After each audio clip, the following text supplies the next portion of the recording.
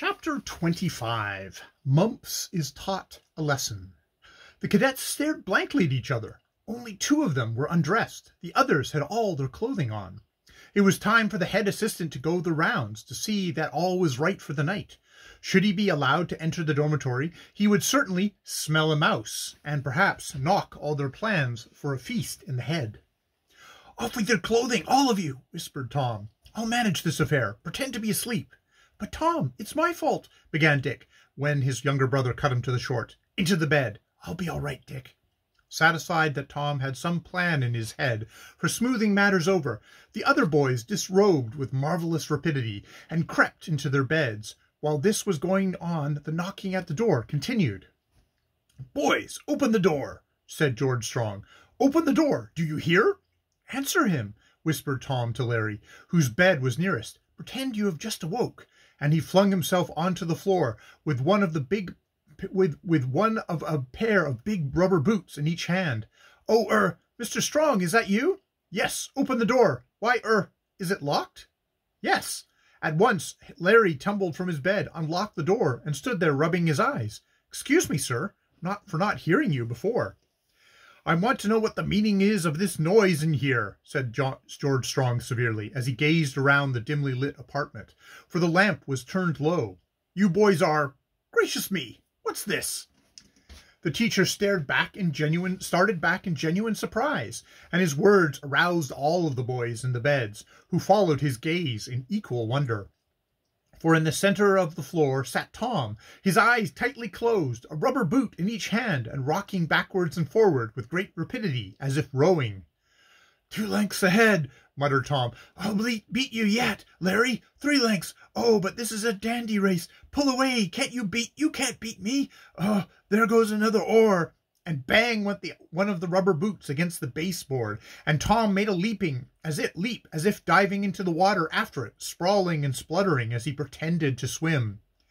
"He's got the nightmares again," shouted out Sam, quick to understand Tom's dodge. "Tom, wake up there." "The nightmare?" echoed Mr. Strong. "Is it possible? Poor boy, poor boy. Wake up, Thomas." And he caught Tom by the shoulder and shook him, and finally set him on his feet. "The oar! I will have the... Oh!" Tom opened his eyes and stared around him blankly. "Why, what's up?" "My boy, you've had the nightmare," answered the teacher kindly. "The nightmare?" "I told you not to eat that pie tonight," put in Sam. "He saved his pie from dinner, and he ate it just before we came up here," which was true. I thought it was on the lake racing Larry Colby," murmured Tom, and hid his face as if embarrassment. "What did I do?" he faltered.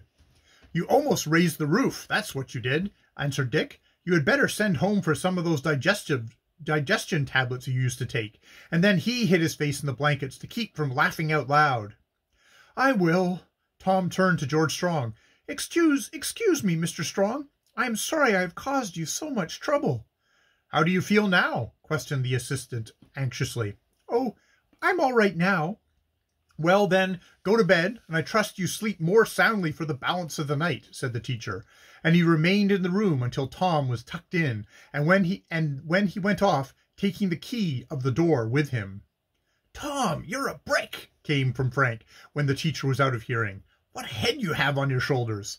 "Strong took the key of the door," said Fred. "I don't like that." "Shove a chair back under the knob," suggested Dick. And when this was done, the chair thus making an excellent brace. "Now to get that stuff in," said Dick, donning his clothing with all possible speed. "I shouldn't wonder if the soda and root beer are frozen hard as a rock." He was soon ready to descend, and the others lowered him by aid of the wash line. Then the boxes and packages were hoisted up, and Dick came after. A few minutes later came a slight tapping on the door, repeated 3 times. It was a signal, and Sam opened the door, admitting George Granbury and 7 other cadets from dormitory number 2. The occupants of several other dormitories followed. "We are to have Mmps and his crowd in here?" asked one of the newcomers. "I don't want Mmps," answered Dick, "not because he ran against me, but because he was Baxter's toady and is a regular sneak." "Little Luke Walton and Mark Gross voted for you, Dick," said Harry Blossom. "They ought to be invited."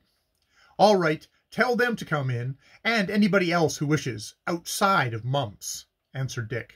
The young captain went off, and soon returned with 6 boys of Sam's age or younger.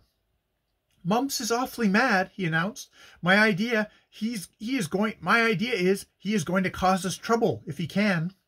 We'll wax him good if he does, cried Tom. Say, Sam, let us watch him. And he hurried into the hallway while the others attacked the several good things Dick had provided for them. Tom and Sam had been in the dark hallway but 2 minutes when the door of Mmps' dormitory opened and the sneak came out, wearing his slippers and his long overcoat. He glided swiftly towards the side stairs leading to Captain Putnam's private apartments. He's going to peach, whispered Tom. Come on, Sam, let us capture the enemy. And he hurried after Mmps and caught him by the arm. Hi, who's this? Demanded the sneak, turning in fear. Then, as Tom and Sam confronted him, his face grew white.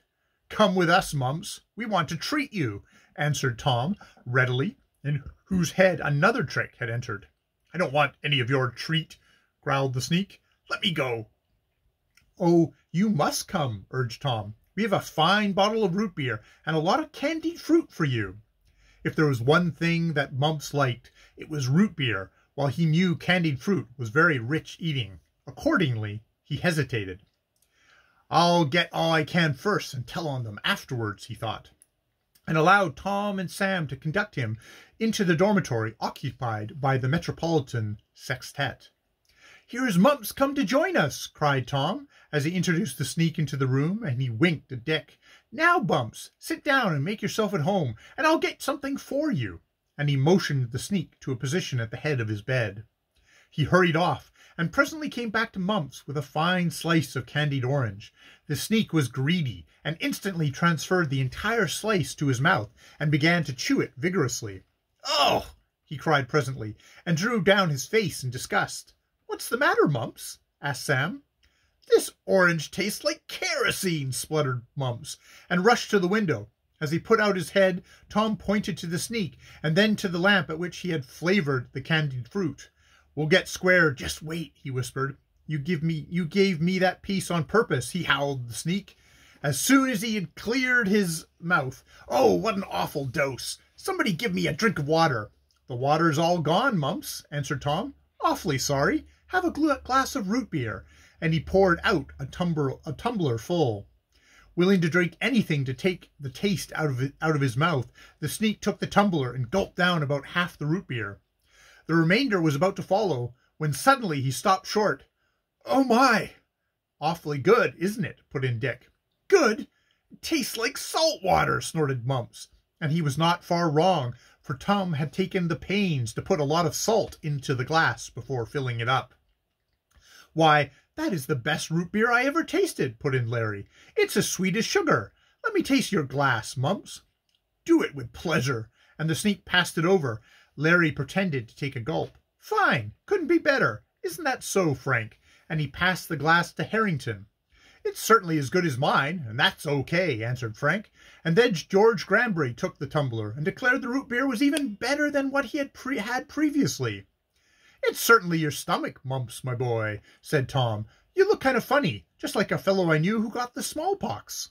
He does look like a fellow who getting the smallpox, put in Dick. Mmps, does your tongue feel dry-like? Dry? Of course it's dry and salty, growled Mmps, but he began to grow uneasy. Let me see your tongue, put in Sam, who happened to have a blue pencil in his pocket. As he spoke, he broke off some of the blue point and crumbled it into his fingers. My tongue is all right, answered Mmps. Nevertheless, he held it out, and Sam slyly dropped the bluing on it.